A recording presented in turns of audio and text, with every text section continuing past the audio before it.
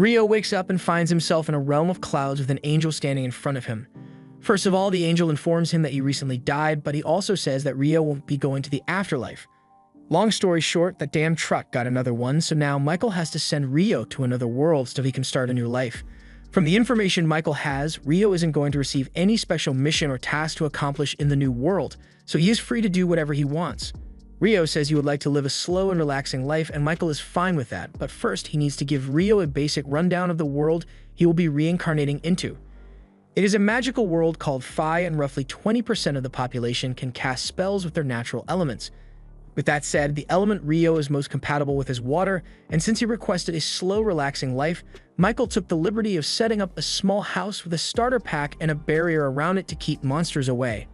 As a part of his starter pack, Michael has also prepared an ice house with 2 months worth of food in storage, so Rio won't have to worry about going hungry for a while.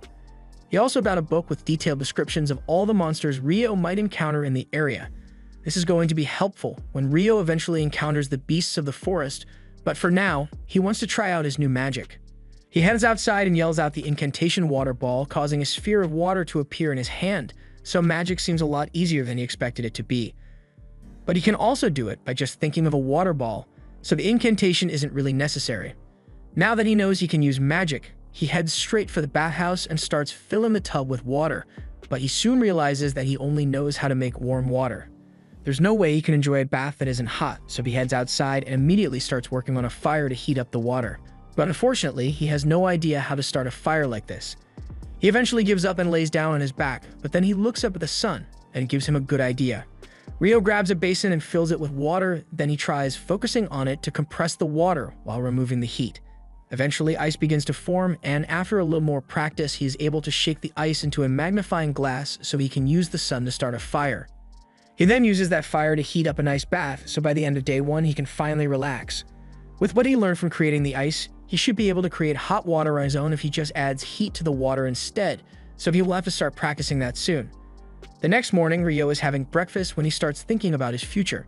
Michael only gave him 2 months worth of food, so he's going to have to go hunting eventually to replenish his stock. However, he's pretty sure a single knife won't be enough to handle the monsters out in the forest, so he decides to start training his offensive magic. The first thing he does is try shooting a water ball at a tree, and it works just as he had expected it to, but a little ball of water probably isn't going to be very helpful in combat.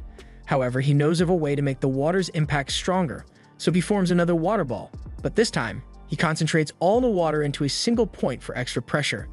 It's a great idea in theory, but he still isn't skilled enough to put much force behind it, so his water jet is the equivalent of a squirt gun right now. Rio thinks back to something Michael told him before he reincarnated. Magic is all about imagination, so he needs to have a clear picture of what he's trying and continue working towards it until he gets better. After a few days of constant practice, Rio's water jets are starting to look decent, but it's still nowhere near strong enough to kill a monster yet.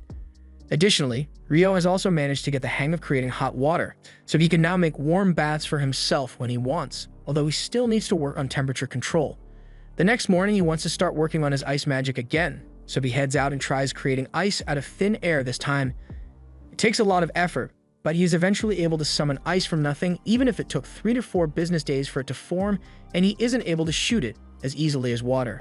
So far, combat training hasn't been going very well since none of the spells he came up with have been effective, but over the next few hours, Rio keeps practicing as much as he can until he eventually collapses to the floor from mana exhaustion. He decides to call it a day for now, but the next morning, as soon as his mana has recovered, he begins practicing again. This becomes Rio's daily routine for the next few weeks, and after all his training, he is now able to form ice instantly, so it is a viable attack now. With his new arsenal of attack spells finally complete and his food supply running low, Rio heads out into the forest for the first time to begin his hunt. He immediately spots a pair of animal footprints, so he follows them until he eventually arrives at a nearby river. While he's there, he manages to find some flint by the riverside, and he can use it to start fires by striking it against the edge of his sword. While he's here, he also plans to gather some detoxification herbs in case he ever needs them, and all of a sudden, he hears a low-pitched growling sound coming from behind him. When he turns around, he finds a lesser boar staring him down, and he is completely frozen. The boar starts charging at Rio, but this is the first time he has ever had to fight for his life, so he's having trouble thinking of what to do. Just as the boar is about to hit him, he manages to snap out of it and jumps to the side to avoid getting trampled. But it doesn't look like the boar is done with him yet. Fortunately, Rio has finally regained his composure, so as the boar is running at him, he creates an ice track to make it slip, and then he forms several ice spikes right in the path of the boar, leading to its immediate and brutal death. After processing the boar meat, Rio takes a look at the monster book to read about it, and apparently the lesser boar is the weakest monster you can encounter in that forest.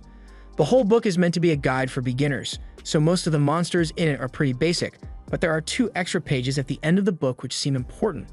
One page talks about dragons and how they are creatures powerful enough to destroy entire cities on their own.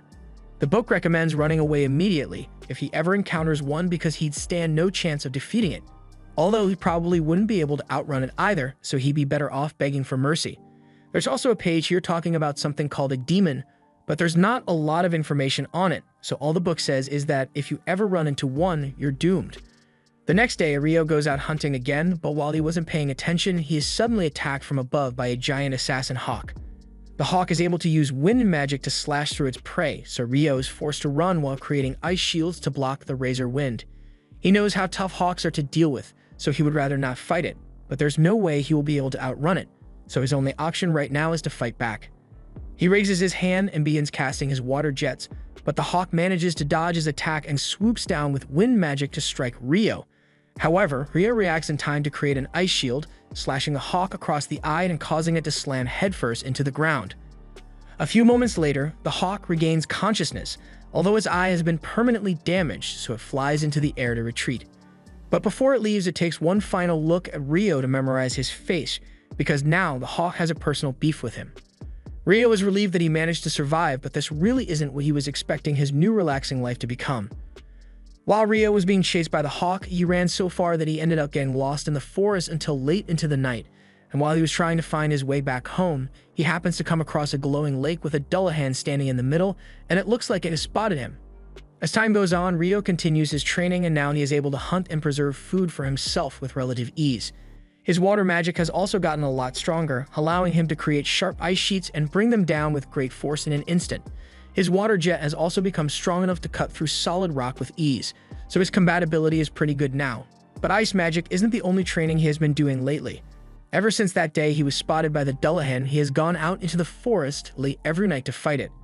Headless horsemen weren't mentioned in the monster guidebook at all, so it is either not a monster or it's simply too advanced for the beginner guidebook.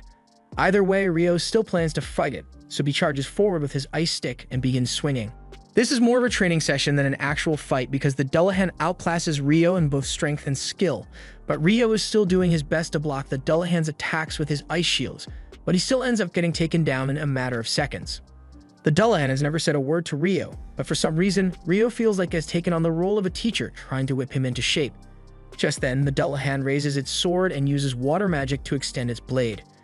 Rio is surprised to learn that the Dullahan can use water magic as well, but after demonstrating how the sword works, it hands it over to Rio and walks out onto the lake. Sometime later, Rio was out hunting as usual when he was suddenly attacked by the same assassin hawk from last time. He doesn't recall it being black last time he saw it, so he assumes it must have worked hard to evolve just so it could come back for a rematch. The hawk dives toward Rio and launches several wind slashes, so Rio puts up 5 layers of ice walls to protect himself.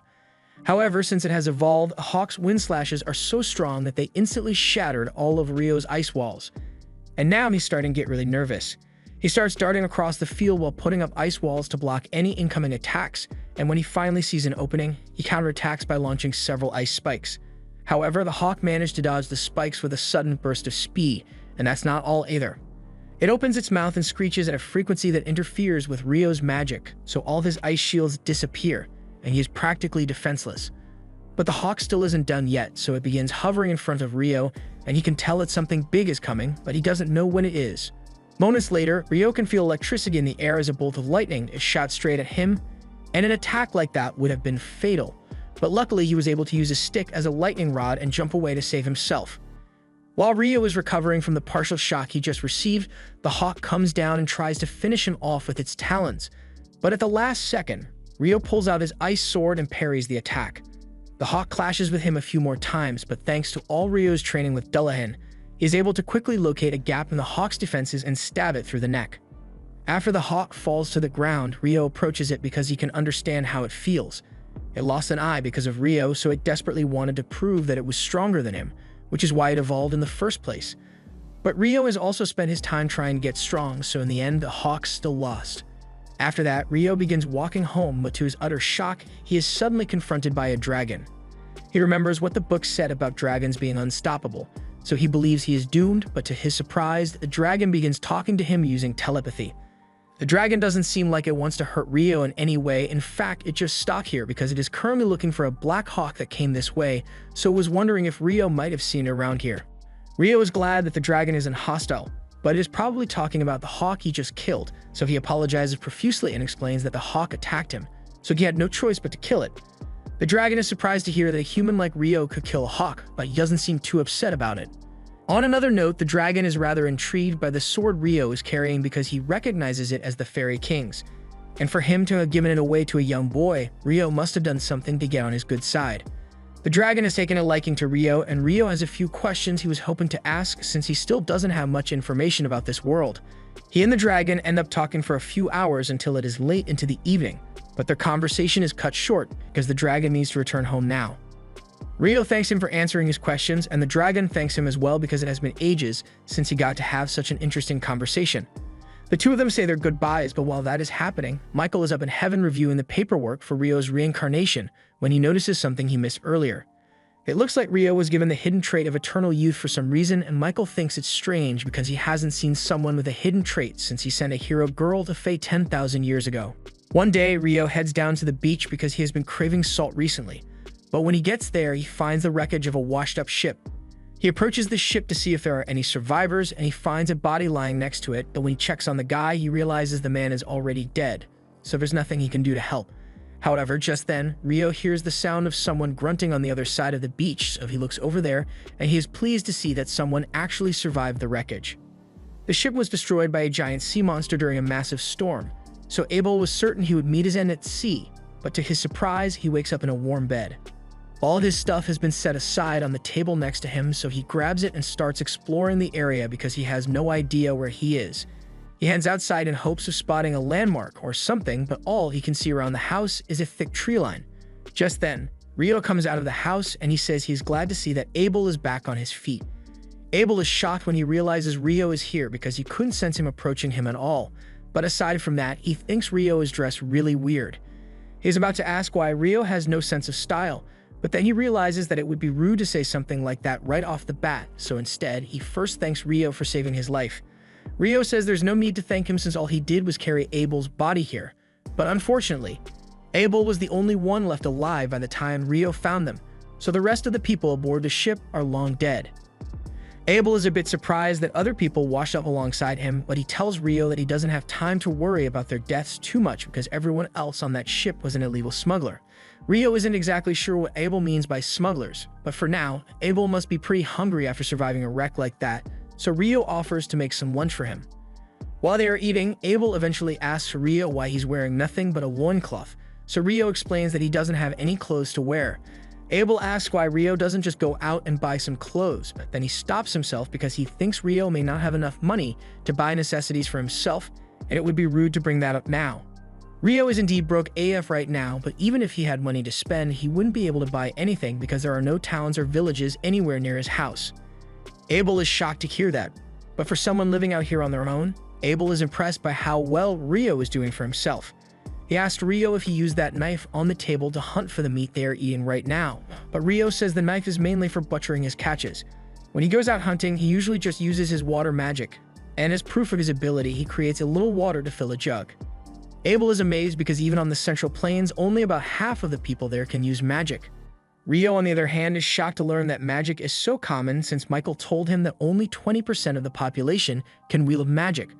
After lunch, Abel asks Rio to lead him back to the shipwreck because there's something there that he needs to check.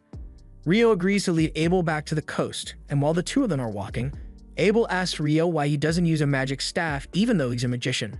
Rio is a little confused since he has never needed a staff, but Abel then realizes that if Rio can't buy clothes, then of course he wouldn't be able to buy a staff either. To make up for his rudeness, Abel asks Rio to let him handle all the fighting if they run into any trouble along the way.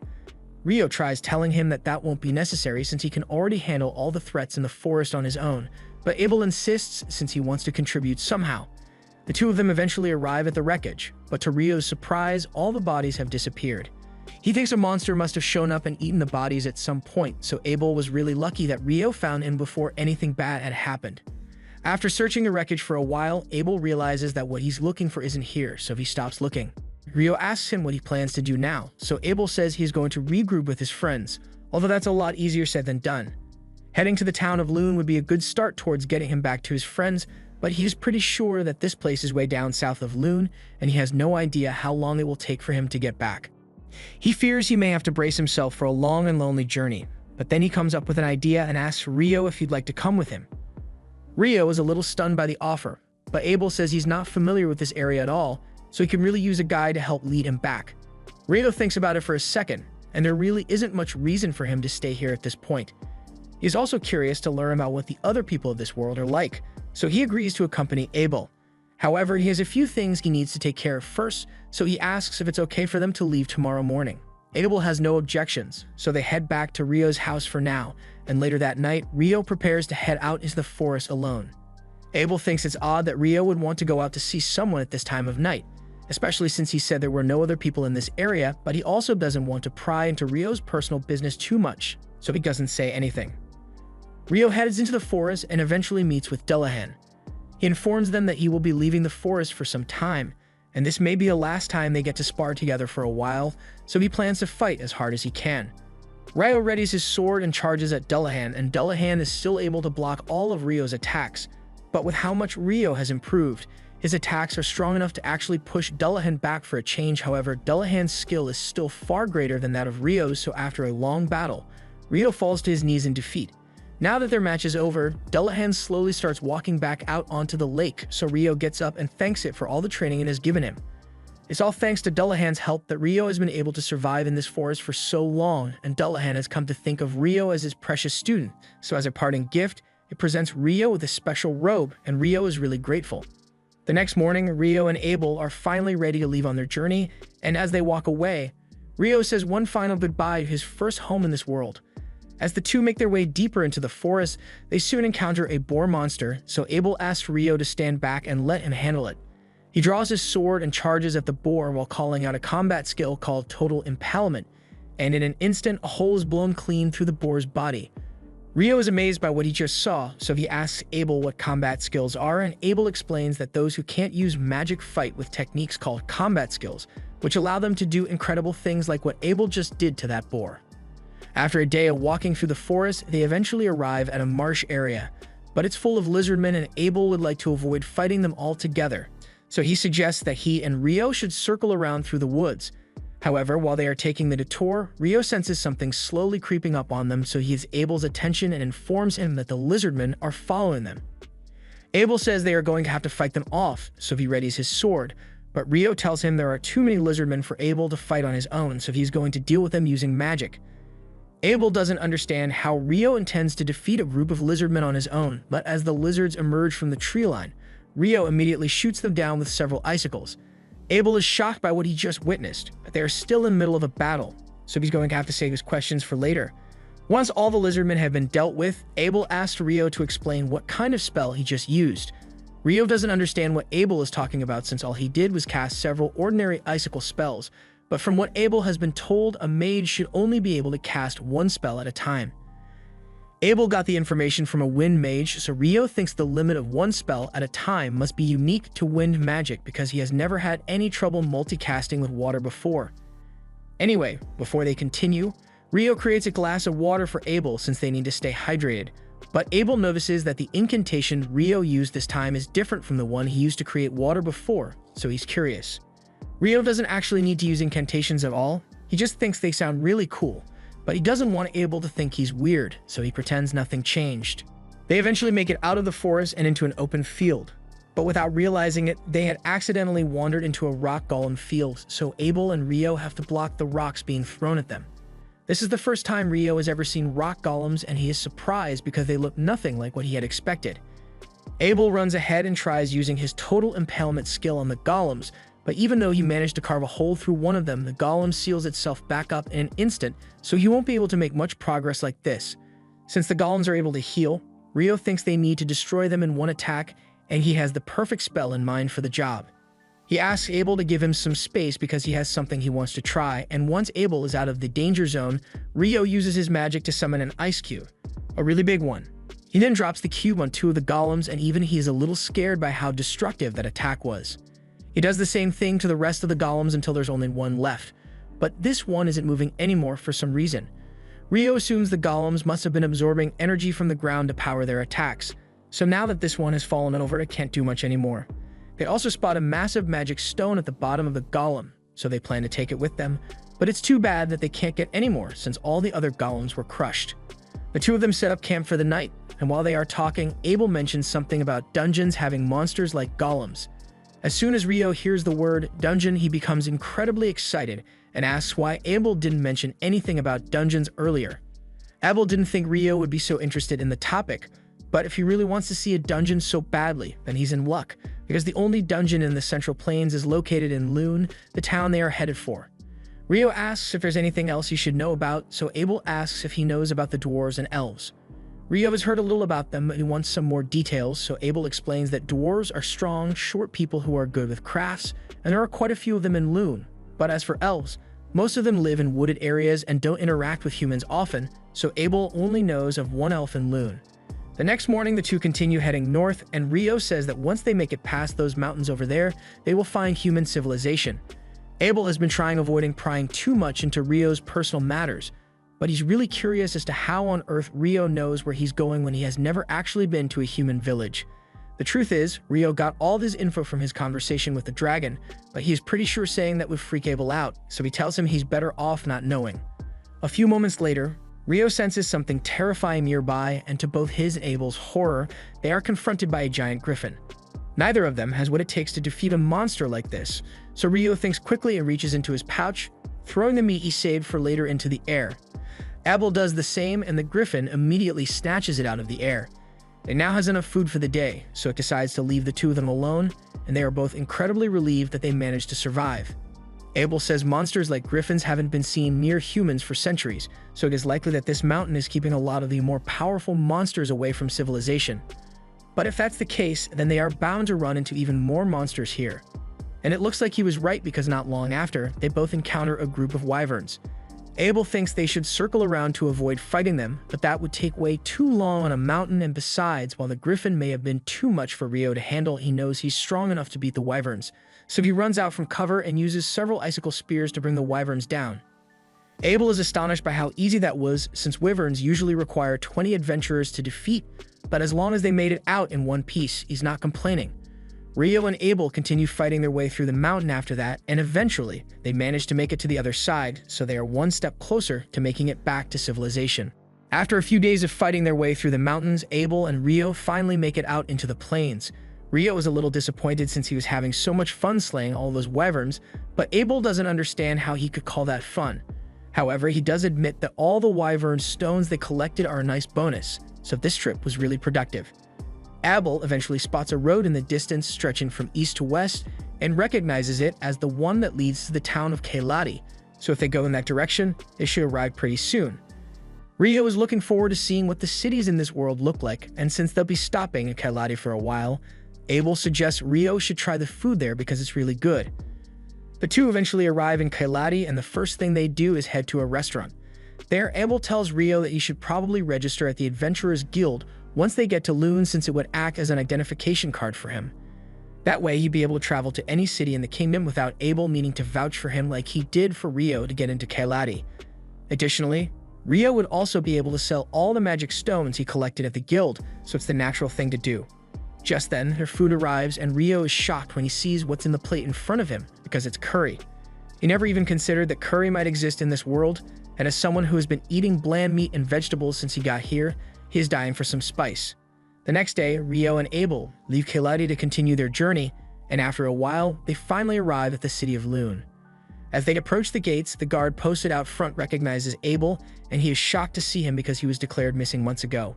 Abel says it's a long story, but basically the only reason he made it back alive was thanks to Rio.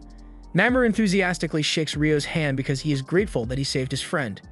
Nymer is still on guard duty, so he doesn't have time to catch up properly with Abel, but he does ask where Abel is headed. Abel says he's going to go to the guild first since everyone there is probably still worried about him, and while they are at it, he plans to get Rio registered as an adventurer. Normally, you'd start out as an F rank, but with an endorsement from a high-rank adventurer like Abel, Rio should be able to start at D rank. Anyways, when your rank is high, you'll be allowed to take on quests with higher difficulty, and in turn, you'll get better rewards. But considering the number of Wyvern gems Rio got, Abel doubts he will need to worry about money for a while. Rio asks if Wyvern gems are really all that valuable, and according to Abel, they are so valuable that selling them all at once might cause the market to crash.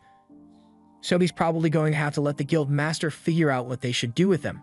Once they arrive, Abel walks in, and as soon as he is seen, everyone gathers around because they all thought he was dead. It's clear that Abel is really popular here, and Rio doesn't want to get in the way of Abel's reunion, so he decides to step out for a moment. He starts taking a walk through the city when all of a sudden, he bumps into an elf girl, and she happens to recognize his robe as one that can only be gotten from the King of Fairies. If Rio was given a robe, then the King of Fairies must have really taken a liking to him. She thinks Rio is interesting, so she'd like to talk to him, but she's got urgent matters to attend to, so she has to go. Rio is about to chase after her, but at that moment, Abel comes out looking for Rio because he wants to introduce him to all the people at the guild. Abel tells everyone that if it weren't for Rio, he never would have been able to return home. The guild patrons are all really thankful for Rio's help, so they give him a warm welcome, and Rio is starting to like it here.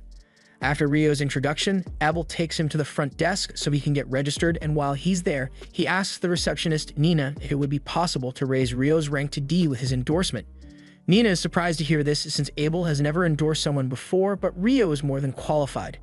Nina says there should be no problem ranking Rio up, but they will still need to do a proof of strength test, so Abel plans to go talk to the guild master about it. Nina says the two of them can wait in the meeting room while she calls the guild master over, so Rio and Abel take a seat. As soon as the guild master is informed that Abel has returned, he rushes into the meeting room, and he is incredibly relieved to see that Abel is still alive and well. Abel apologizes for making the guild master worry so much about him, but Hugh is just glad to see him again. He then notices the young magician standing in the back, so Abel introduces Rio as the boy who saved his life. Anyway, Abel mentions that he was hoping to rank up Rio's registration with an endorsement, and Hugh is fine with that. But he's still going to need to confirm Rio's strength before he can authorize any upgrades. Abel tells him that won't be a problem because Rio is a lot stronger than he looks, and as proof, he shows him the bag full of wyvern stones. After inspecting the stones, Hugh confirms that they indeed belong to wyverns, but he is starting to get concerned because if there are this many wyverns in the area, they could overrun the country in an instant. Abel assures him that he doesn't need to worry about that since the wyverns they encountered were south of the Malefic Mountains, so they won't be coming here anytime soon. Rio is baffled by the mention of the Malefic Mountains because he has never heard of that place before, but Abel explains that those were the mountains they passed through to get here. The Malefic Mountains are so dangerous that even high-rank adventurers don't go anywhere near it, so the fact that Rio and Abel made it through these mountains alive is an amazing feat on its own.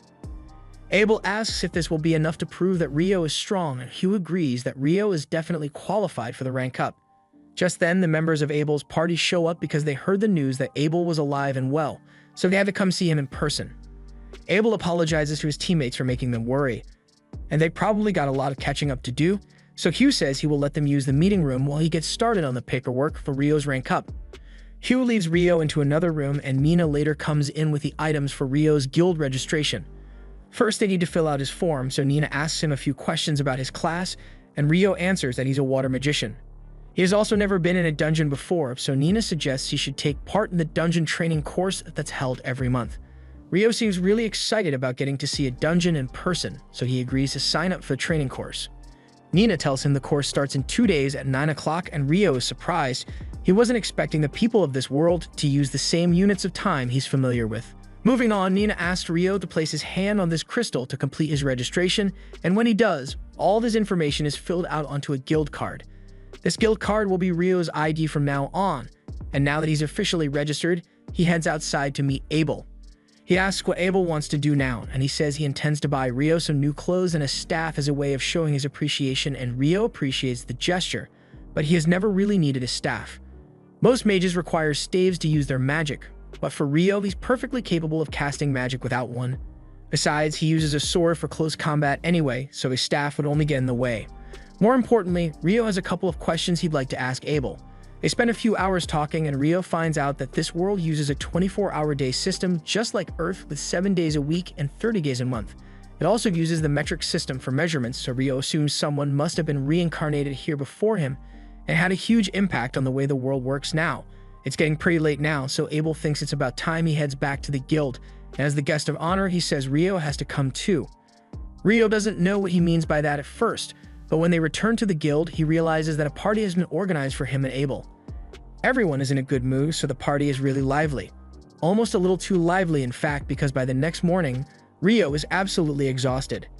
Nina apologizes on behalf of everyone for tiring Rio out so much, but he says it's fine since it's partially his fault for drinking so much anyway. Rio will be staying in the guild's lodging for the time being, so Nina leads him to his room and introduces his new roommates. This one is Nils, while the blonde one in the back is named Ito, and they are both pleased to meet Rio. Since everyone seems to be getting along, Nina tells Rio that she needs to get back to the reception desk, so she'll be leaving now. But before she goes, she reminds him that the dungeon tutorial class is tomorrow, so he had better not be late. Once Nina is gone, Nils starts talking about how hot he thinks she is, but Ito tells him to give it a rest already because there's no way Nina would go out with a bum like him.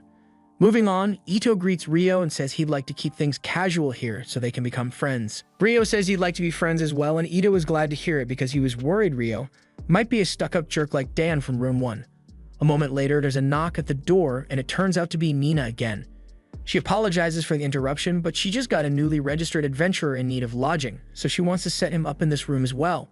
He says his name is Amon, but the others are surprised that he's an adventurer since there's no way he's old enough yet. Amon admits that he's still only 16, but both his parents are dead, so he didn't have many options to make a living. Ito tells Amon that it's nothing to be ashamed of since that's how most people end up becoming adventurers in the first place, and apparently, Amon plans on taking the dungeon course tomorrow as well, so Nina asks Rio to go with him. While Rio is getting acquainted with his new roommates, Abel is telling his party members all about what happened while he was crossing the Malefic Mountains, but the mage, Lynn, simply refuses to believe that a boy like Rio is capable of such strong magic. Sure, ice walls can be made with magic, but they are usually so thin that they can't block any damage, and something like conjuring a giant ice cube to drop on your enemy is simply impossible. Abel asserts that he saw Rio do it with his own eyes, but Lynn still can't accept it. Power like that goes against all the fundamentals of magic that she spent her life studying, and she's getting angrier by the second at the thought that a kid is way more powerful than she is. But Abel is still confident that he knows what he saw.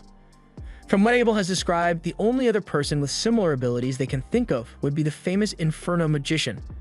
The Inferno Magician is a legendary hero capable of wiping out thousands of Imperial soldiers with a single chant and burning wyverns to ash in an instant. It feels absurd to compare Rio to someone who is so renowned, but if his power truly is on the level of the Inferno Mage, then Raiha is worried about what might happen if Rio were to turn against them and join the Empire. However, Abel is certain that that will never happen because Rio doesn't think the Empire of Debui sounds cool, and that's what he cares about the most. A few days go by and Rio has been diligently attending the dungeon training course, but for today's lesson, the instructor tells everyone that they'll be heading into an actual dungeon for the first time.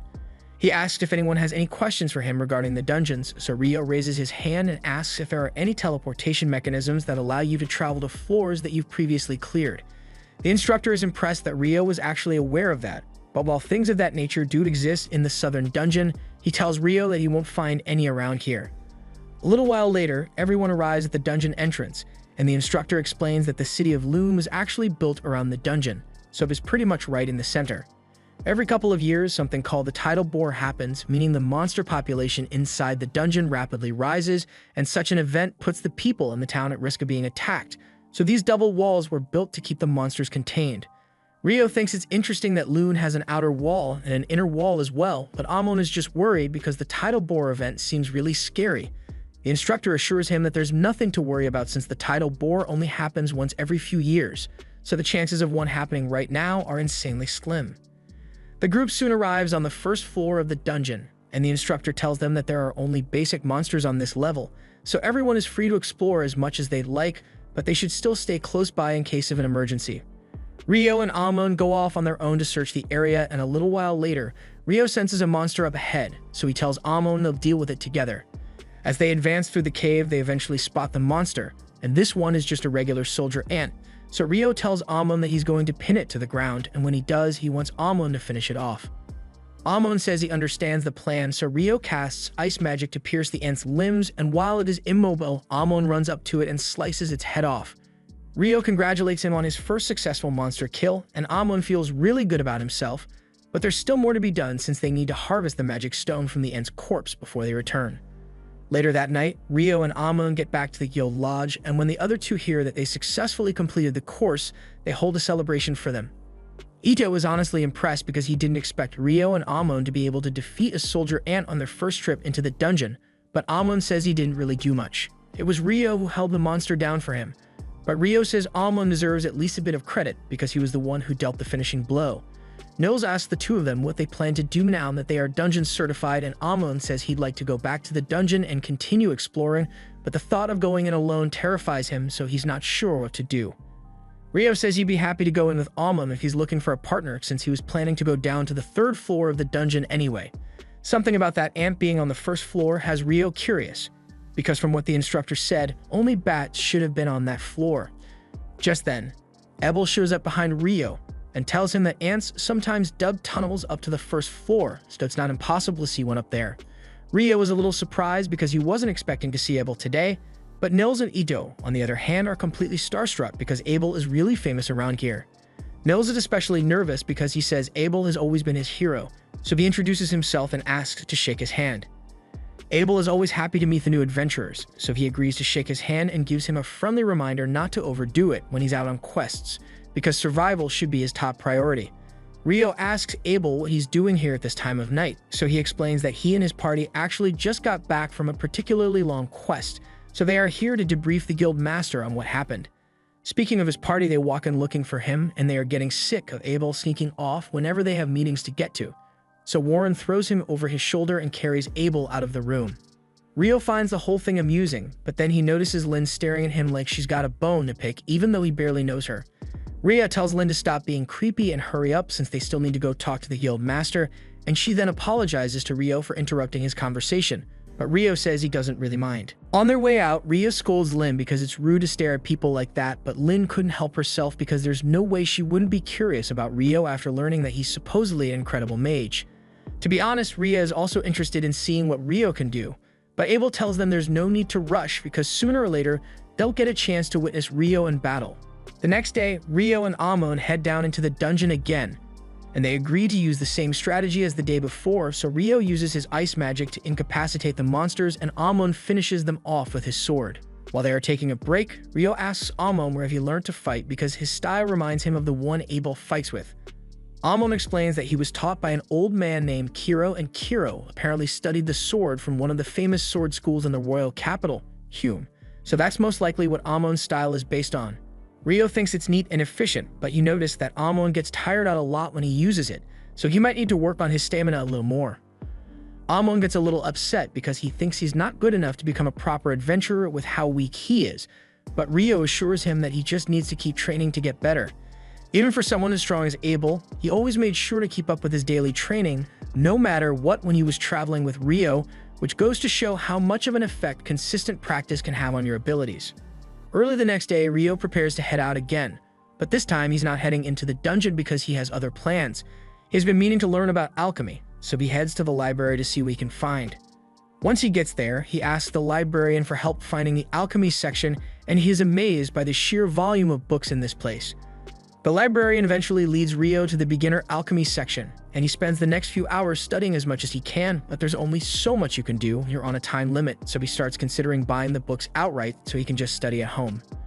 While sitting on one of the benches in town square, Rio soon realizes that the sky is going dark, so he looks up and is shocked to see the sun being blocked out all of a sudden. In the next moment, all the people around him vanish and he can feel it instinctual. You cannot rest with monsters nearby feeling, so he is on high alert.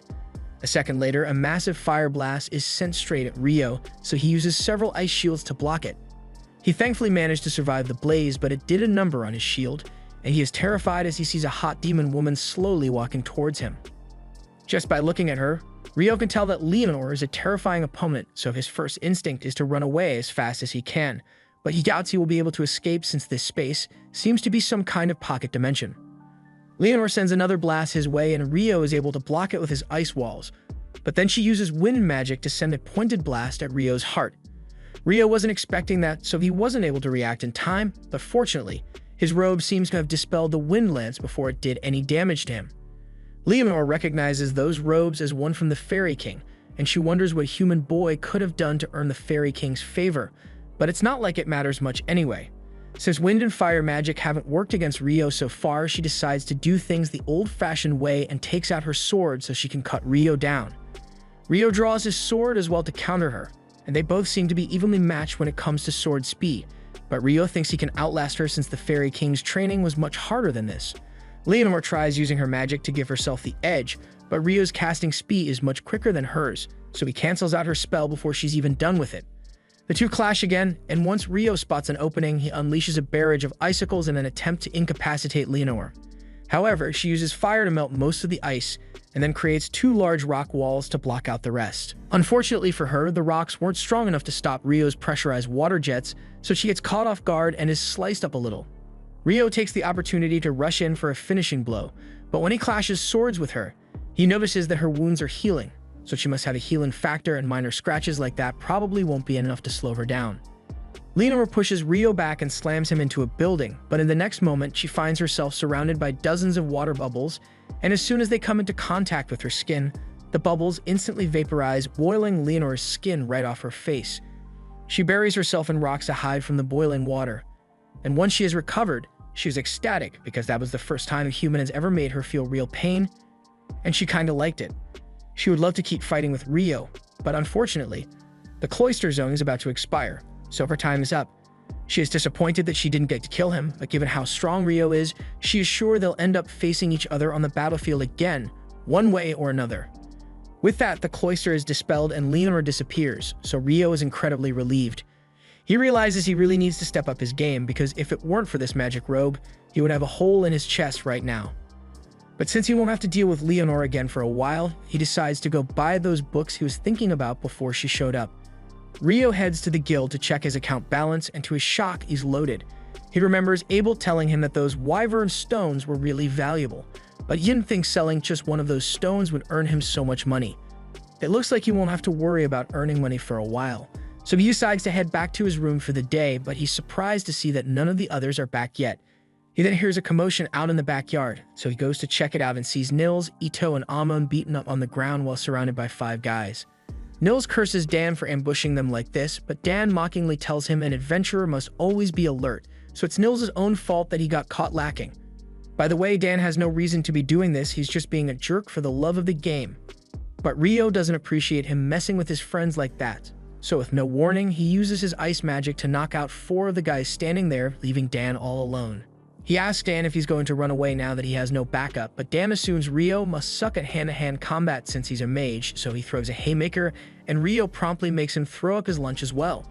Now that Dan has been taken care of, Rio goes over to his friends and offers Ito a recovery potion so he can use his healing magic on the others. Even though he got jumped, Nils feels terrible about letting himself get beaten by Dan, but Rio tells him it's not his fault since he must have been exhausted from doing dungeon runs with Almon all day. Anyway, since he's just as exhausted as they are, Rio suggests they all take a nice dip in a hot bath to relax, and while they are in there, Ito uses his healing magic to heal Rio's wound. Luckily, there were no broken bones, but he can tell that the attack had a lot of force behind it, so it would have been bad news if it had hit his heart. Rio tells him the attack actually was aimed at his heart, but he just barely managed to dodge enough to redirect it to his shoulder. Although it still really hurt. The others are shocked when they hear that Rio was nearly beaten when they know how strong he is, so they ask him what he could possibly have been fighting. Rio says it's a long story, so he will tell them later, but as for right now, he just wants to relax. The next day, Ito, Almon, and Nils head back into the dungeon, and after taking out a goblin archer on the 5th floor, Nils suggests they should head home for the day. It hasn't been long since they got here, but goblin archers aren't supposed to show up on the 5th floor, so he has a bad feeling about this. Besides, they already made more than enough money for today, so he doesn't want to take any unnecessary risks. And it's a good thing they decided to turn back here, because further down the cave, there was a monster which would have absolutely destroyed them if they ran into it, especially since Rio isn't here. Speaking of Rio, he is currently outside the city because his battle against Leonor made him realize how much he needs to improve. In terms of casting speed, they were both evenly matched, but Leonor was able to move a lot faster than him thanks to her wind magic, so he needs to work on his movement speed. However, Rio isn't able to use wind magic, so he is going to need to come up with an alternative. The best spell he can think of to act as propulsion is his water jet, since he uses it for improved mobility underwater, but he has never used it to move on land before, so he's not sure how to go about it. For starters, he forms some ice on the ground, and then he generates several water jets along his back, but it barely moves his body, so his first test ends in failure. He decides to try it with more water jets next time, but for now, he wants to head back to the library so he can learn more about alchemy and demons. Meanwhile, Lynn is busy searching through all the spellbooks she can find because she's looking for anything similar to that giant ice cube spell Abel said he saw Rio use, but even the forbidden spell books don't mention it. If Rio actually pulled it off, then it would have to have been an original spell, but a spell like that would require an incredible amount of mana, so she still finds it hard to believe that Rio was able to do it so casually. Just as she is putting the book back, the elf girl from earlier, Sarah, walks in and she seems to be good friends with Lynn, so she asks what she's doing here. Lynn explains that she was just trying to locate a spell in one of the spellbooks, but she couldn't find what she was looking for. Sarah says she's sorry to hear that and she'd love to help Lynn search, but she just got back from a mission to the royal capital, and she's late for an important meeting. Back at the guild, the boys head over to the front desk to give Nina a report on their dungeon exploration today. Nina is surprised to see them back so soon since they usually spend a lot more time in the dungeon, but Ito tells her there's actually a reason they came back early. He shows her the magic stone they got, and after inspecting it, Nina confirms that it really does belong to a goblin archer. A goblin archer showing up on the 5th floor is practically unheard of, so she rushes off to inform the guild master, but before she goes, she thanks the boys for the valuable intel. Once the guild master hears the news, he is just as shocked as Nina was because goblin archers aren't meant to show up until the 10th floor, so encountering one on the 5th floor means something is terribly wrong. The guild master asks Nina how many high-ranking parties are still in Loon at the moment, and right now, the only ones available are Abel's party, Crimson Sword, and a White Brigade party, so the guild master asks Nina to call them here so he can deliver the news in person. A little while later, Abel and the others arrive at the guild in response to the guild master's summons, but Abel isn't exactly thrilled because he heard White Brigade is going to be here as well, and he hates having to talk to their leader.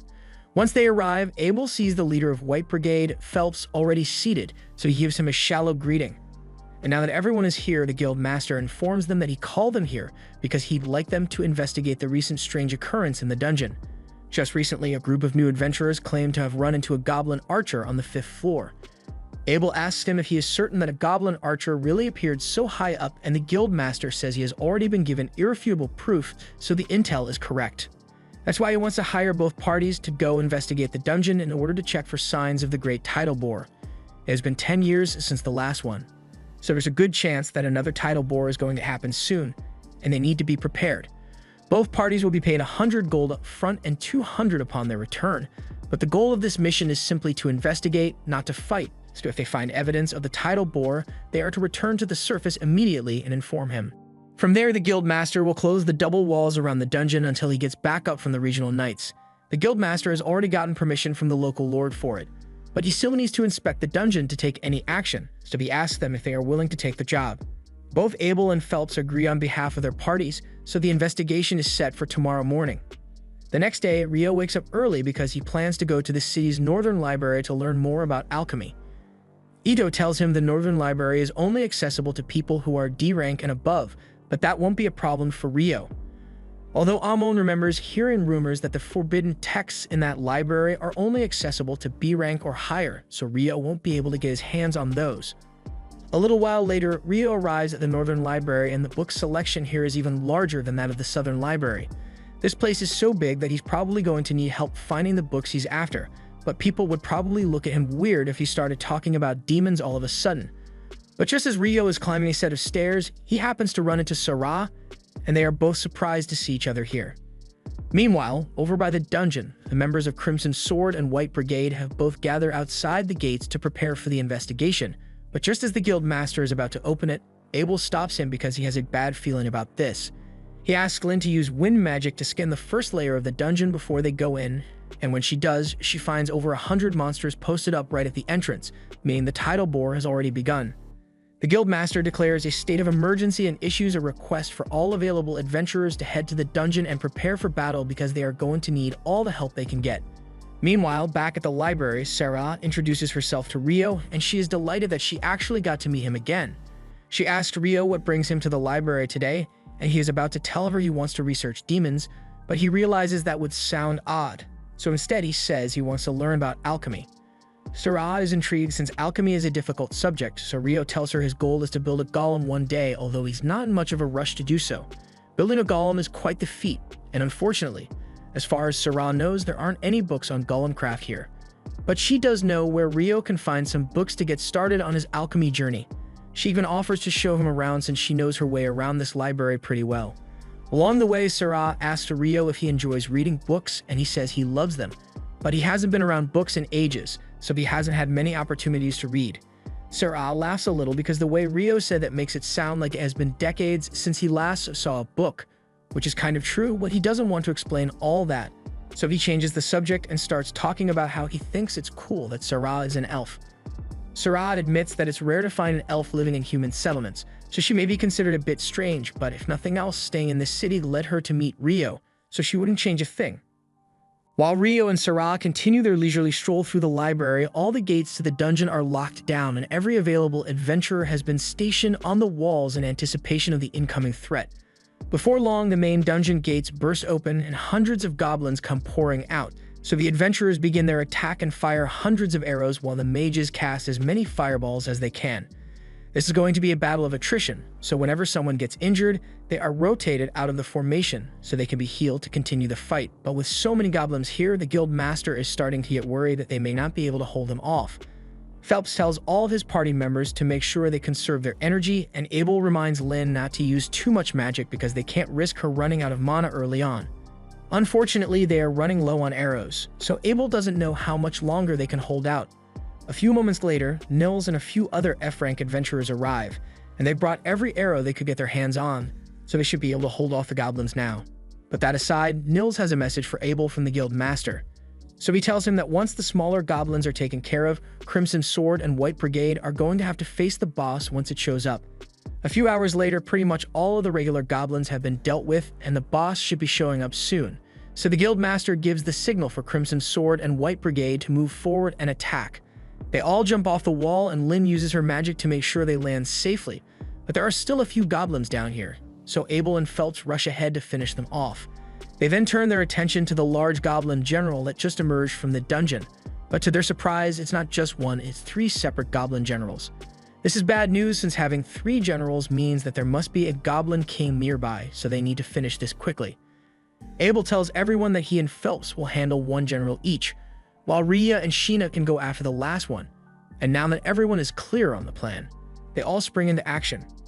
Abel evades one of the goblin's strikes and manages to cut its arm off, so it shouldn't be too hard to take the goblin generals down, but just then, he notices something off inside the dungeon, so he yells for everyone to get down immediately. In the next moment, a wind slash is sent straight at them, slicing all the goblin generals in half, but luckily, everyone else managed to duck in time to avoid getting bisected. The one responsible for the air slash was the Goblin King, and it clearly won't be as easy to defeat as the others, so Abel and Phelps rush in to try and catch it off guard. However, when Phelps tries to pierce it with his spear, it bounces right off the Goblin King's armor. Phelps is forced to pull back since he can't do any damage to it, but Abel isn't slowing down at all. He charges straight at the Goblin King and uses his perfect shadow technique to evade its attack before piercing his chest. That wasn't enough to kill the Goblin King, but Abel never expected to finish it off on his own. He then calls out to Lynn, who has been charging up a wind bullet spell this entire time, and once he's out of the way, she swish cheeses the Goblin King, officially putting an end to the crisis.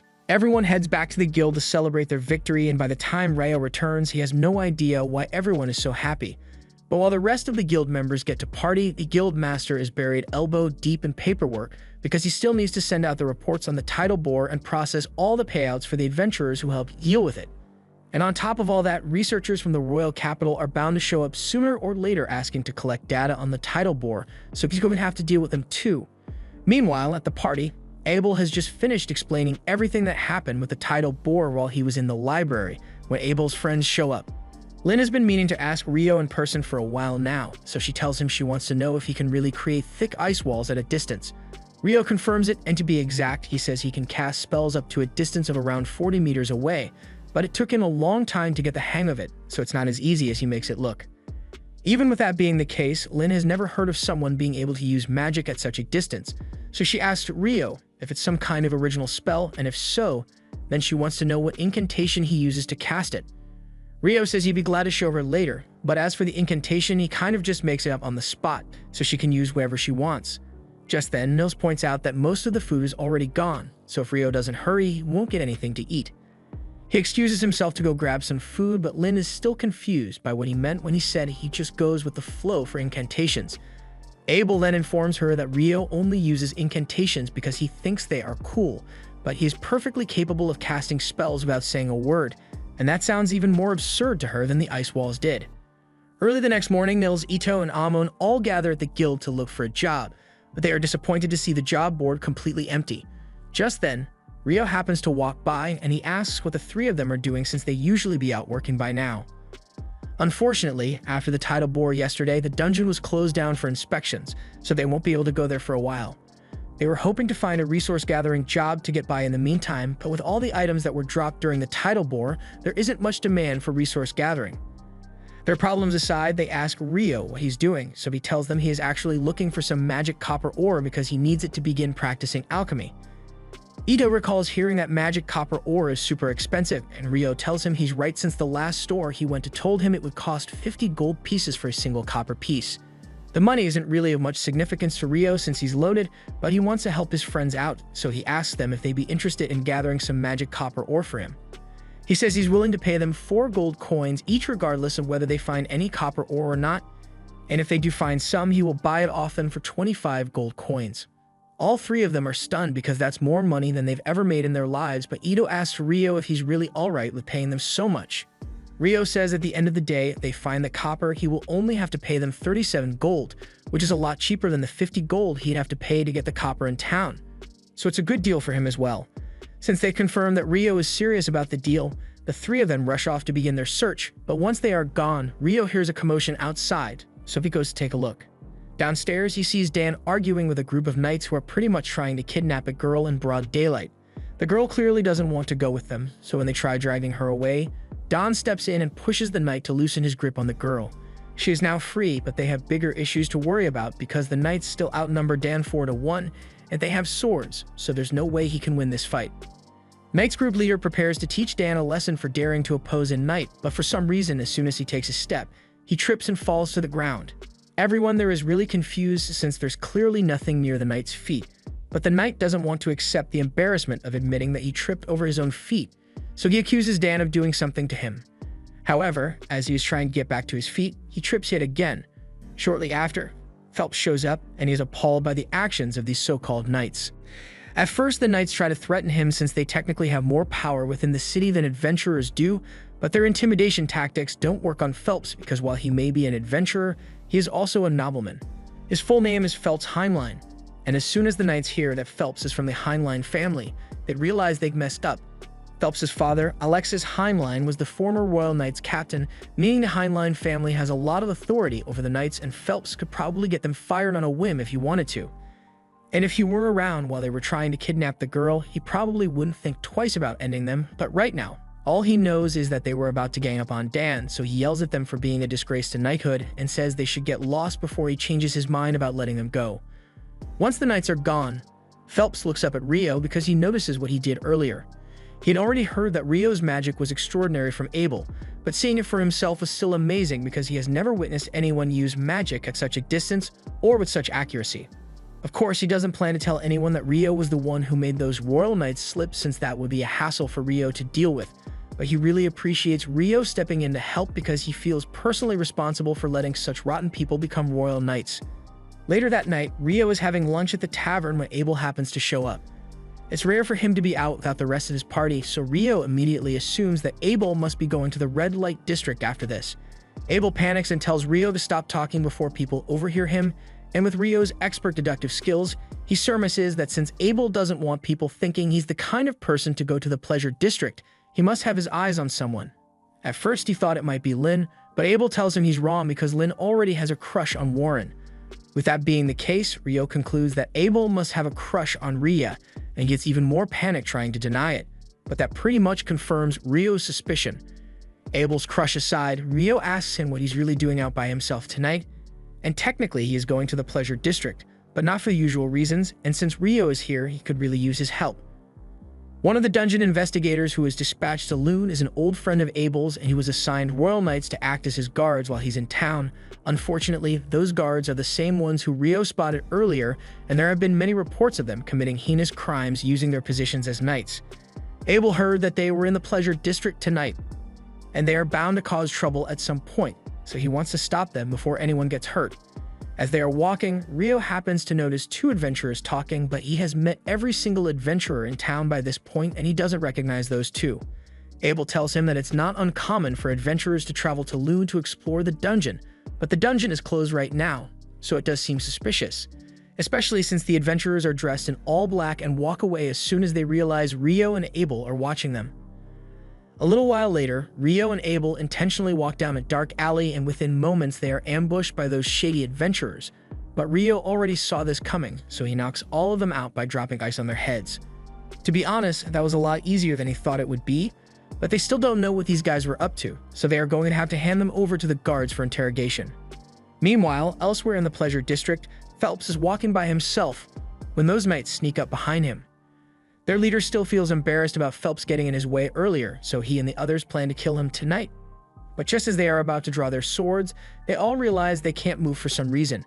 You see, this whole thing was a trap orchestrated by Phelps, because he is now aware of how sinister this group of knights truly is, and he would be a failure of a noble if he let them continue as things are, so he had Shenna hit them with paralytic needles.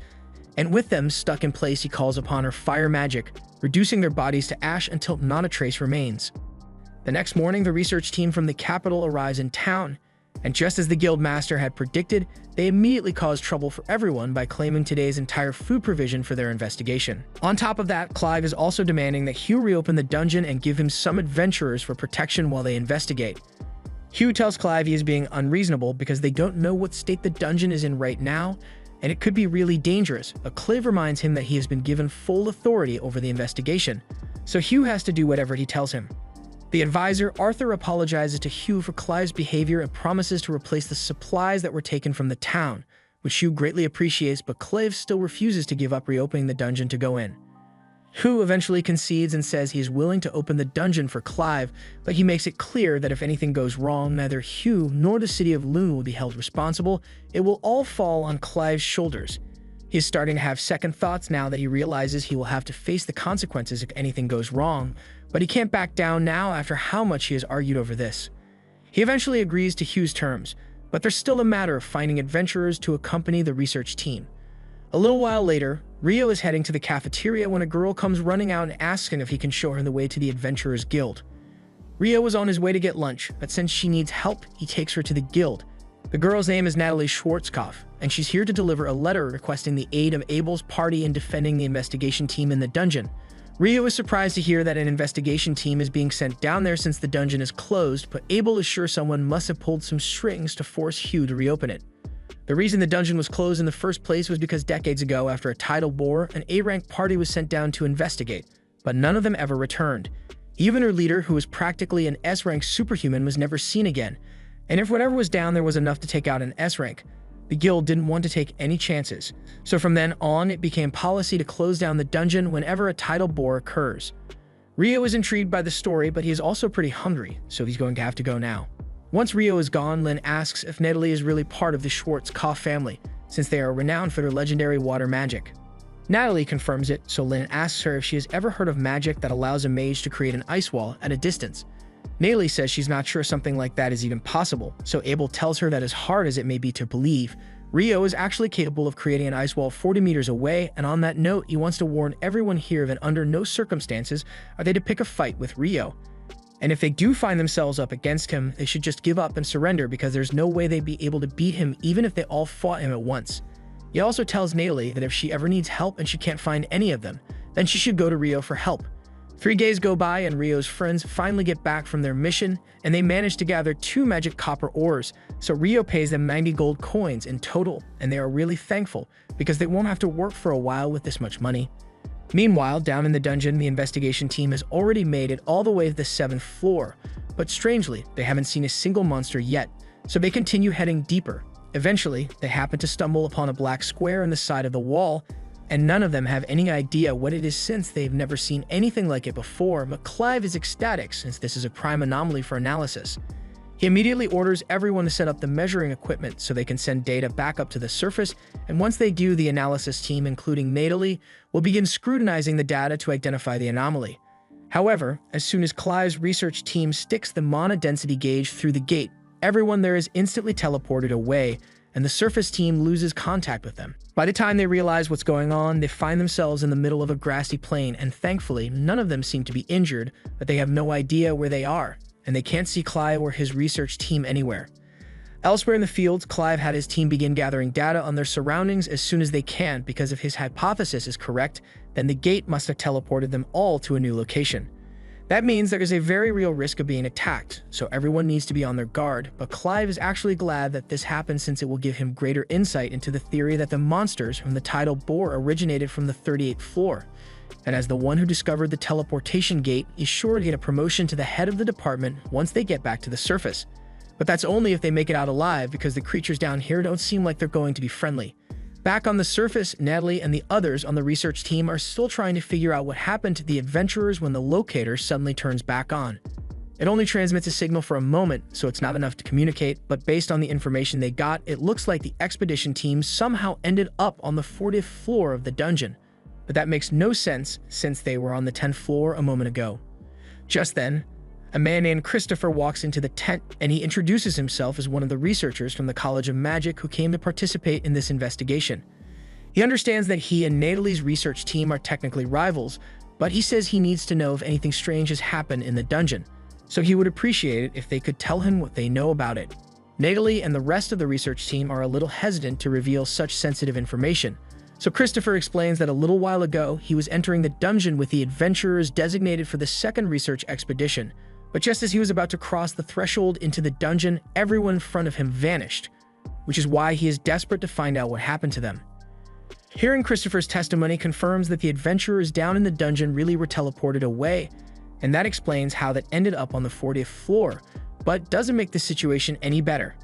At this point in time, the furthest any adventurer has ventured into the dungeon is the 38th floor, and it is said that from that floor onwards, it would be difficult for even an EB rank party to survive, let alone all the C and D rank parties that joined. Fortunately, Abel's party was among the people sent on the first expedition, so he and the others should be able to protect everyone for a while. But things are going to get bad really soon if they don't figure out a way to rescue them. When Natalie hears that Abel and his entire party are stuck in the dungeon, she remembers what he told her before he went in. So she rushes off to the library to find Rio and ask him for help. Meanwhile, back at the guild, Nina enters Hugh's office and informs him that something has gone wrong with the investigation. The team that was set in randomly disappear after stepping in, and all contact has been lost, so Dean Christopher is requesting Hugh's presence so they can figure out what's going on. Hugh immediately shoots up from his desk and tells Nina that he's heading there right now, but while he's gone, he wants her to keep the details of the situation secret until he gets back, because the remaining adventurers find out, it might cause a mass panic. At the same time, Rio is making his way through the library as usual, but he isn't making much progress on his research since he has no idea where to find the books he needs. He really wishes Sarah were here since he's sure she'd know where to find the books he needs, and he's in luck because she happens to be standing in the next aisle over. Rio is elated to see her, so he walks over and explains that he's been trying to look into records of eclipses and tidal bores, but he has no idea where to look.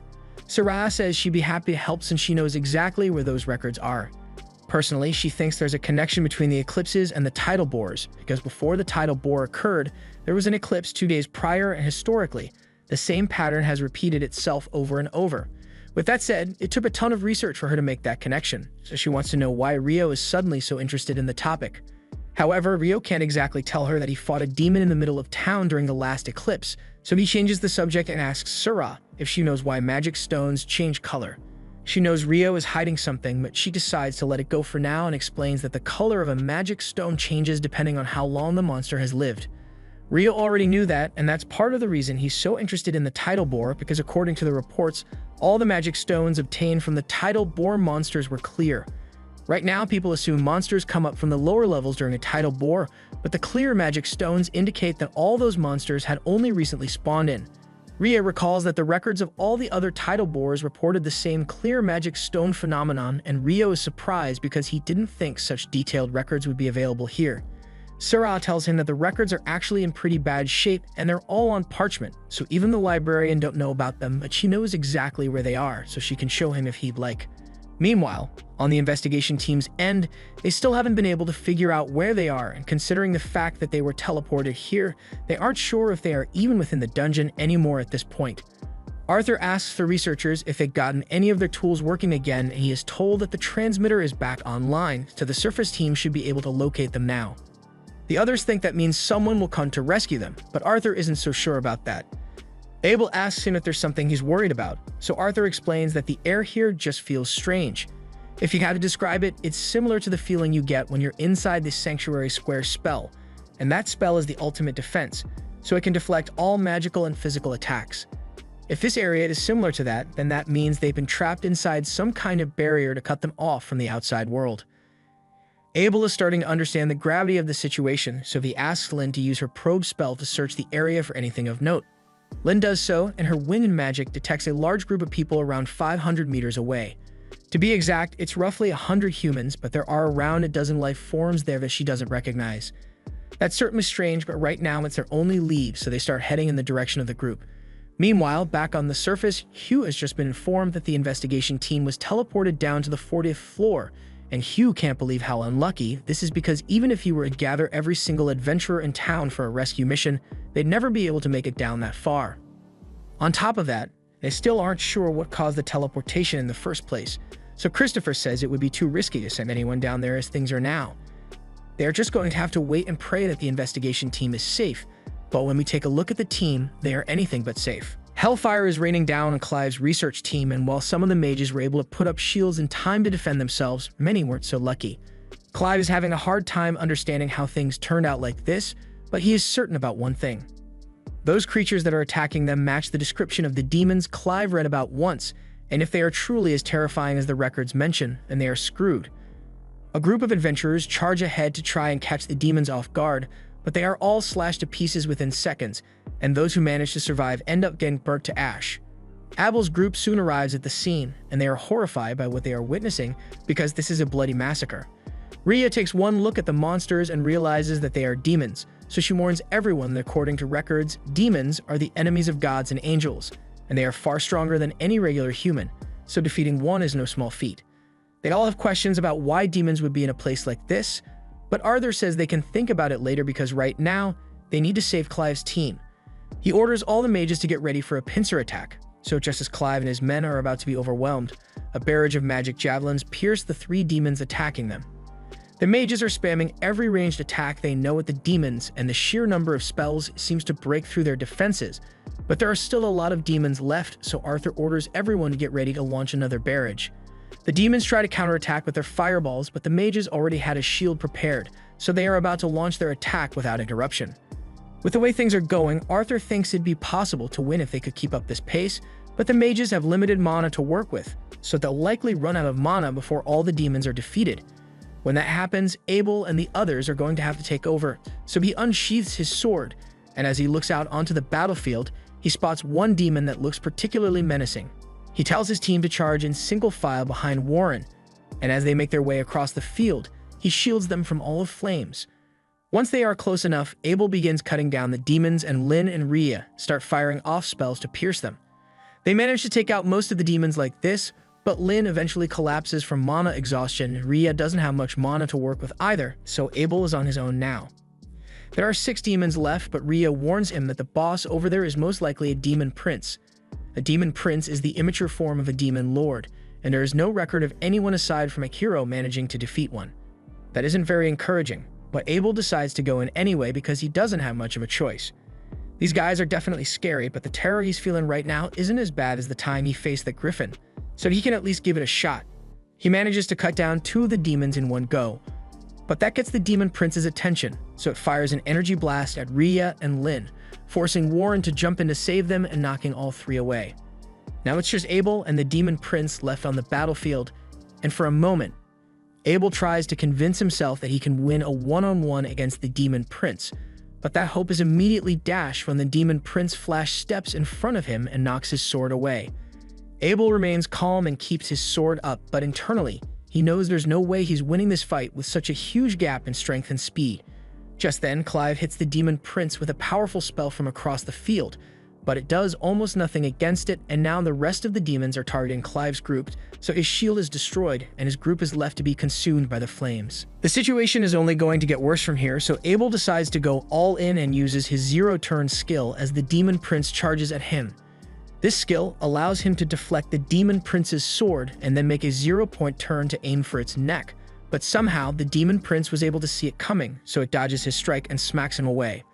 Abel can barely stand now, so the demon prince walks up and he is about to decapitate him, but at the last second, Abel hears a distinct drop of water, and in that moment, Rio comes crashing through the ceiling. Rio is glad he managed to find Abel in time, and Abel is convinced that he must be hallucinating because he never would have expected to see Rio at a time like this. Rio tells him that there are a lot of people who are worried about him and the others, so they should head back as soon as they can, and he'll handle the monsters here in the meantime. Abel tries to warn Rio that the monster is a demon prince, but Rio thinks he's joking because he has fought a demon before, and this guy doesn't seem like he's anywhere close to her level. But then again, since this is essentially a baby demon lord, it makes sense that it's still so weak. He starts walking over to the demon prince, and the remaining demons try shooting fire at him. But Rio casually counters with his icicle lances, and before they even realize what's happening, he has already decapitated them all. The demon prince looks back and sees the heads of his men falling to the ground, so it is immediately clear to it that Rio won't be as easy to defeat as the others. The demon prince readies its sword for battle, and Rio wants to have a little fun here, so he takes out his sword as well to see what the demon prince can do. Before this, Natalie ran all across town looking for Rio, and when she finally found him, she frantically informed him that Abel and his party got stuck in the dungeon. As soon as Rio heard those words, he immediately created an ice cart around Natalie and carried her all the way to the dungeon entrance because there was no time to waste. By the time they got there, Natalie had filled Rudo in on all the details regarding the disappearance, so he understands how serious the situation is, and he's glad that she told him about it, but he's a little curious about how she knew to come looking for him. Natalie explains that when they met a few days ago, Abel told her that if there was ever any trouble and she couldn't get to him for help, then she should go find Rio as soon as she can because he's the most reliable person Abel knows. That does sound like something Abel would say, and it makes Rio happy to know that his friend thinks so highly of him. But he really needs to get going, so he runs straight for the gate. The adventurers in charge of guarding the dungeon try to stop him, but Rio doesn't have time to deal with them, so he just blocks them out with ice walls and goes in anyway.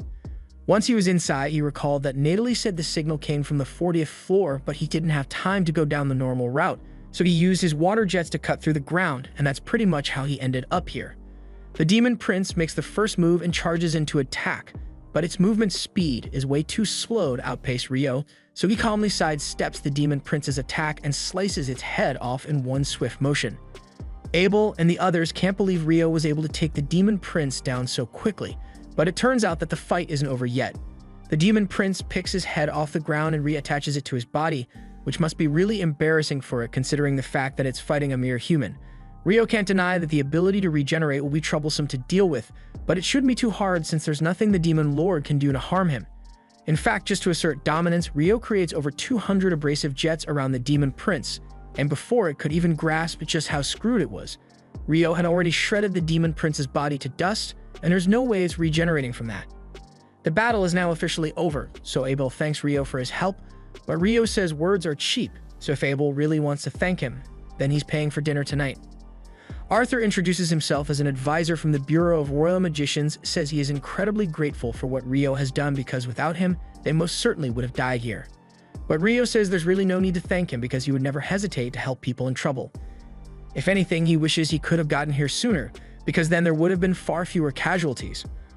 Arthur agrees that this truly is still a tragedy, so he says that once the mages have recovered a bit of their magic, they'll start collecting the remains of those who perished so they can have a proper burial. In the meantime, Abel asked Rio to help him gather magic stones from all the devils, since he'd like to use the money to support the families of the deceased. Rio is more than happy to help, but there's something that has been bothering him since he first arrived here. When he dropped down from the 39th floor, he felt like he had entered some kind of barrier, but after he killed the demon prince, the effects seemed to have disappeared. And that's not the only strange thing he sensed either, because from the probe spell he performed on his way down here, he could feel something odd over by the staircase. They plan to go investigate on their way out, but for now, they need to start collecting the magic stones. Even in Arthur's many years as a mage, this is the first time he has ever really seen a devil's magic stone, and there aren't any reliable records of them either. Because devils tend to appear out of nowhere, there has been speculation that they are able to use space-time magic, but that theory has never been confirmed. Elsewhere in the world, the hero's party has just activated an altar used to summon the demon lord, and a few moments later, a portal opens up right in front of them. Leonor steps out of the portal, and the hero calls her the demon lord, which has her really confused since last time she checked. That's not her title. She honestly just came here because she felt some strange energy and wanted to check it out, but after hearing that this guy is a hero, it gets her all excited since a hero must be really strong, and she's always down to have a good fight. The hero raises his sword and declares that he will kill Leonor today, and she eagerly welcomes the challenge. But a second later, all her expectations come crashing down as she realizes that this loser is weak as hell. She was barely even trying to hit him, but her sword went clean through his chest, so she's really disappointed. She pulls her sword out and looks over to the hero's friends, all completely petrified and unsure of what to do next. Leonor doesn't particularly enjoy killing people, so she teleports behind the mage and tells the group to just pack it up and go home, because if the hero was that weak, then none of them would survive half a second against her. Also, they might want to start attending to their friend over there since she didn't hit any of his vital organs, so he still has a good chance of surviving if they treat him quickly. The party does the smart thing and accepts Leonor's mercy, so they rush over to start healing the hero, and while they do that, Leonor heads over to the altar. She's still really disappointed that the fight was such a letdown, but the magic gem they used to summon her is quite interesting, so she's satisfied with the outcome of this trip. She teleports the gem into her storage and the hero yells for the demon lord to wait, but Leonor is getting sick of the misunderstanding, so she tells everyone that she's not the demon lord. The group can't believe it because if she's not the demon lord, then how could she be so strong? Leonor doesn't really know how to answer that since from her perspective, the hero party is just really weak, but she does give them a little credit because she's sure that at their current level, they could probably defeat the real demon lord if they worked together, but she's way stronger than that guy. The hero still can't wrap his head around the fact that creatures stronger than the demon lord exist, because how is he still to compete with that as a human? But Leonor tells him she has personally met a human who was just as strong as she is. His name was Rio, if she is recalling correctly, and fighting him was a lot of fun. So if she had to power scale him, she'd say Rio was 10,000 times stronger than the hero currently is. After that, Leonor teleports away, leaving the hero's party to carry on with the rest of their day. At the same time, back in the dungeon, Rio and the other adventurers are on their way over to the staircase to return to the surface, and once they get there, Rio shows Arthur the anomaly he was talking about earlier. It looks like a magic gem, but Arthur has never seen anything like it before, so he's not sure what it's used for. He decides he wants to take it back with him to the surface to analyze it properly, so he stuffs the gem into a storage bag, and the group continues their journey. Everyone eventually makes it back to the surface, and Hugh makes preparations to take care of all the adventurers who were injured. In the meantime, Natalie meets with Abel and the others to confirm they are okay, and Abel thanks her for her quick thinking, because if she hadn't gone to get Rio, they never would have made it back. Things here are wrapping up quite nicely, and Hugh is relieved that Abel and the others survived, because if they had died down there, it would have been a major catastrophe. But that said, he still has something he needs to address, so he gives Rio's attention and demands to know why he rushes past the guards to get into the dungeon, even though he knew it was off limits. Rio didn't think Hugh would remember to bring that up, so he apologizes for breaking the rules. However, Arthur sticks up for him and tells Hugh to take it easy on him because if Rio hadn't rushed in like that, none of them would have made it back alive. Hugh is shocked to hear that and asks Arthur what he means by that, but Arthur doesn't want to talk about it in the open, so he asks Hugh to come to a private tent with him. Once the two of them are alone, Arthur fills Hugh in on everything that happened down in the dungeon, including the devils and the demon prince. Hugh can hardly believe what he's hearing since the appearance of devils at a time like this is insane, and it's nothing short of a miracle that they made it back at all. He assumes Abel must have worked really hard to protect everyone, and while Arthur agrees that Abel's performance was incredible, even he was no match for the demon prince. But just as he was moments away from death, that's when Rio showed up. Hugh was still trying to process all this because he knew that Rio was talented, but he had no idea that the kid was able to challenge a demon prince by himself. However, Arthur tells him that challenge isn't the right word to use here, as what Rio did was nothing short of a one-sided slaughter. He was able to eradicate the demon prince and all his remaining subordinates within seconds, and the level of magic he displayed was truly terrifying. After what he witnessed, Arthur tells Hugh that their top priority from now on should be ensuring that Rio stays on good terms with this country, because it'd be catastrophic for them if he were to become their enemy. On that note, Arthur asks for Hugh's cooperation in erasing all evidence of Rio's strength from the field report, since they can't have those idiotic aristocrats learning about Rio and trying to force him to do unreasonable things. The next morning, Rio is wandering through town when he smells something delicious nearby. He follows the scent to a local restaurant that specializes in curry, and to his surprise, he finds Sarah already seated there. Sarah is just as shocked to see Rio here, but she can't blame him for coming since the curry here is the best.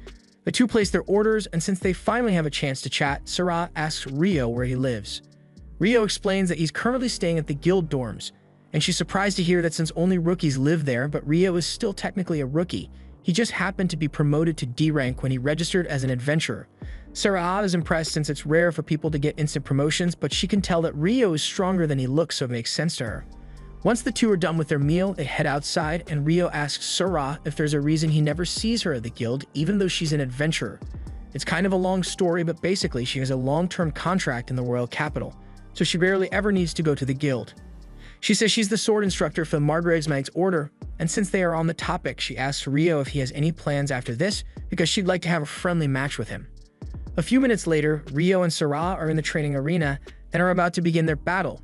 But before they start, Rio asks Sarah how she knew that he used a sword even though he's a mage. She explains that she could tell from the way he moved and his stance, plus it's not uncommon for a mage to fight with more than magic. The match begins and Sarah lunges forward at Rio with incredible speed, but he is able to react to it in time and counter. Sarah becomes really excited since practically no one has ever managed to dodge her strike on the first try. Rio was equally surprised since he wasn't expecting Sarah to be so fast, but she wasn't even going all out then, so she says she'll get serious now. Rio does his best to hold out against Sarah's relentless strikes, but he can barely keep up, and he is soon overwhelmed. Once the match is over, Sarah hugs Rio out of excitement because she had no idea that he was so talented. There aren't many people who can last that long against her, especially when she was using wind magic to boost her attack speed and Rio wasn't using any magic at all. She'd love to keep sparring with him, but she has a tutoring session with the Margrave's son soon, so she has to go. After saying goodbye to Sarah, Rio decides to head home, but along the way, he runs into Hugh. He and Rio are both heading back to the guild. Hugh asks him to get in since he has something to discuss, and it's about the incident with Rio running into the dungeon without permission. He tells Rio there's no need to be nervous because Arthur already filled him in on how much Rio contributed to saving the lives of the investigation team, so Hugh is really grateful. But the rules say he needs to punish Rio, so he tells Rio he has a job for him. Rio is a little confused since a mandatory job seems a little too lenient to be considered a punishment, but Hugh tells him not to read too much into it. He informs Rio that the job he will be taking is an escort mission, and it will involve a round trip to the city of Whitnash. The next day, Nils approaches Rio and says he has a favor to ask. His home village recently put out a hunting request, and he was hoping to accept it, but it's rated for only D rankers and above. That's why he wants Rio to form a party with him so he can accept the mission. Rio initially wasn't interested in the idea of taking on a mission since he doesn't need the reward money, but when he learns that they'll be fighting goblins and skeletons, he changes his mind and agrees to go on the mission because this will give him the perfect chance to bully some weak mobs. Nils isn't sure what Rio means by that, but he's glad that he agreed to help, so they all head over to the guild master's office to inform him that they'll be taking the mission. He was fine with letting them accept the mission, but he warns that two other parties have already failed to complete it. One was E rank, and the other D rank, but Ito finds it hard to believe that a D rank party would struggle so much against mere goblins and skeletons. However, according to reports, the mission didn't fail because of the monsters, it failed because the villagers there refused to cooperate. Essentially, it looks like a case of the village not liking outsiders, but Nils can't believe it because he grew up there and sure the people aren't particularly friendly, but they were never downright hostile to outsiders. He doesn't know why the villagers would behave that way, but there's no point in speculating. He just tells them to be really careful because the last party that failed the mission said they encountered around 30 skeletons, and they were severely injured, but with Rio on the team, they probably have nothing to worry about.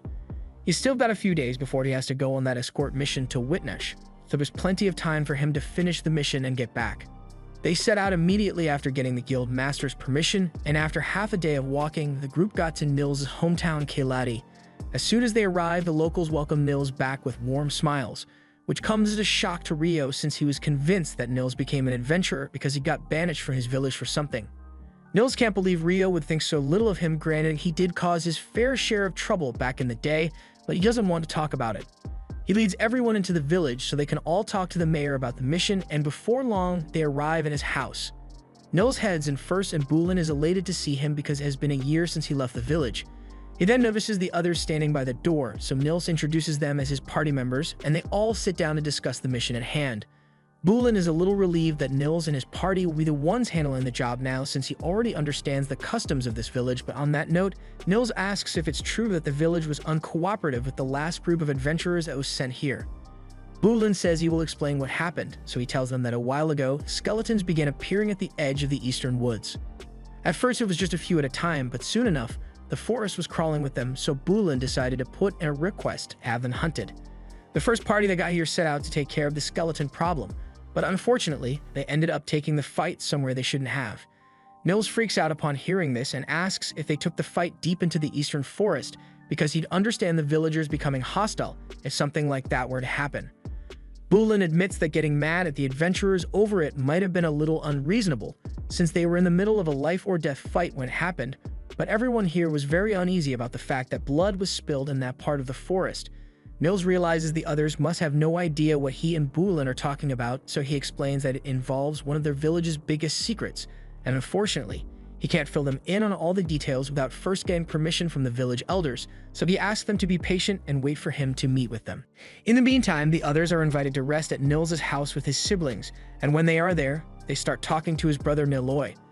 Niloy is glad that Nils brought back such trustworthy people, and as long as it's them, he's sure no one in the village will object to them handling the hunt.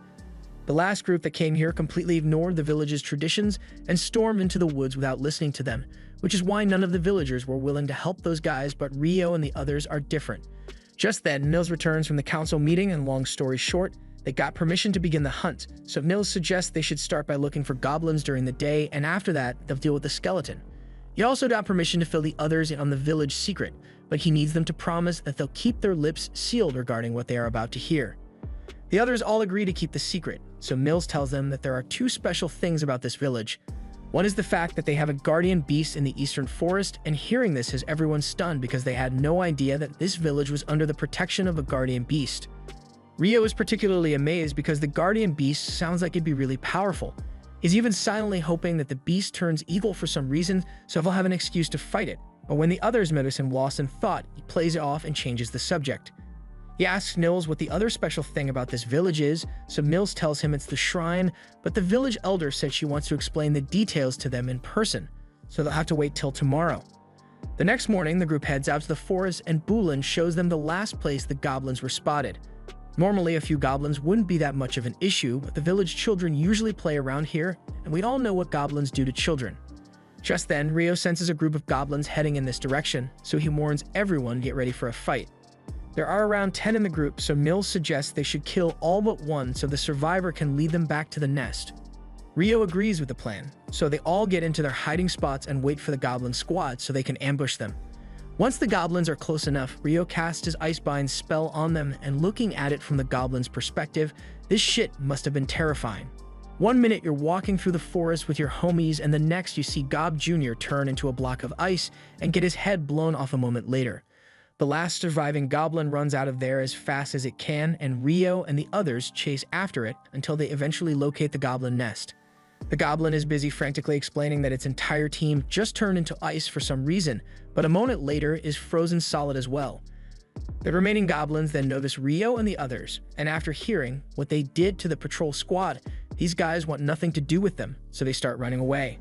However, Rio doesn't plan to leave any survivors this time, so he freezes the goblins all at once, and Nils and Amon rush in to smash them to pieces. Nils and Amon run up to the cave entrance, and they can hear something big approaching, so they both brace themselves for a fight, but to their horror, it turns out to be a goblin general, and there's no way they'd be able to beat it on their own.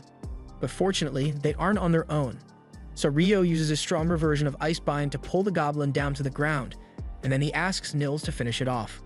Having Rio here kind of feels like cheating, but who cares about that? They just killed a goblin general, and its core is worth a lot of money. They return to town, and a little while later, they are introduced to Nasu, the village elder. She has already heard about how the group took down a goblin general. They still got a lot left to do, so she tells everyone to follow her so they can go meet the guardian beast. They eventually arrive at the cave, and Rio is excited to finally encounter a guardian beast. But his excitement drops when he realizes that the beast isn't evil, so he won't be fighting it anytime soon. The beast takes a look at the boys that Nasu brought to handle a hunting mission, and it all seems pretty standard to him. But then he spots Rio and his whole demeanor changes. He introduces himself to Rio as Nkuzan, and both Nasu and Bulan can hardly believe it since the guardian beast has never told anyone his name before. Nkuzan admits that he usually doesn't mention his name because humans almost never pronounce it right, but he felt like it'd be disrespectful to keep his name hidden in the presence of someone like Rio. Rio doesn't understand why a guardian beast is being so polite towards him, so Nkuzan explains that he is part Fae, and for some reason being in the presence of Rio makes him feel pleasant. Rio recalls that Sarah mentioned something about the Fairy King liking him as well, so he wonders if he has some kind of physical trait that fairies find appealing.